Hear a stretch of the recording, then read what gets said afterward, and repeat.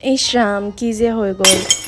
যেনেকে আমাৰ কাৰণে ভাত পানী বতা বস্তু দৰকাৰী সেইদৰে গছ পুলি এইবিলাকৰ কাৰণেও ঠিক তেনেকে প্ৰয়োজন আৰু তাতে আকৌ এটা ভুল আমি কৰো নহয় হয় জ্বৰতটো পানী দিবই লাগে তাৰ লগত পাতখিনিকো সিমানে পানী প্ৰয়োজন থাকে সন্ধিয়া এইখিনি দেখি বিৰাটে বেছি বেয়া লাগিলে সেই বুলি ভালকৈ পানী দি এয়া আকৌ মই বাৰীটো পানী দিলো গৰম যিহে পেলাইছে সকলো পুলি শাক পাচলি বেয়া হৈ গৈছে মায়ে ইমান কষ্টত ৰুইছিলে কামখিনি কৰি এয়া এতিয়া চাকি বন্তি দি কুইক ৰেচিপি এটা তোমালোকক দিম ভাবিলো এয়া পাকঘৰলৈ আহি দাদাই যিহেতু কালি মাকৈ লৈ আনিছিলে মই কিদৰে খাওঁ সেয়ে তোমালোকক দেখাম বলা প্ৰথমতে মাকৈখিনি বইল হ'বলৈ দিবা 3টা চিটি মাৰাৰ পাছত মাকৈটো ঠাণ্ডা কৰি এটা এটাকে সকলো উলিয়াই লবা আৰু তাত অলপমান সময় নষ্ট হ'ব কিন্তু খোৱাত সিমানে মজা কেৰাহীত ৰিফাইন দিবা মছলা বুলিবলে খালি ধনিয়া আৰু অলপমান জলকীয়া গুৰি আৰু নিমখ সোৱাদ অনুযায়ী আজিলৈ এৰিছো সাবস্ক্ৰাইব কৰি যাবা